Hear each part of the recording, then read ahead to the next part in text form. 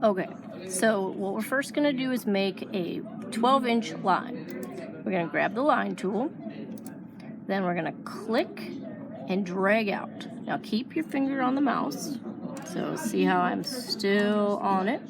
Then I'm going to, on the keyboard, type 12, hold down Shift, hit this button next to the Enter key, then hit Enter, then let go of the mouse.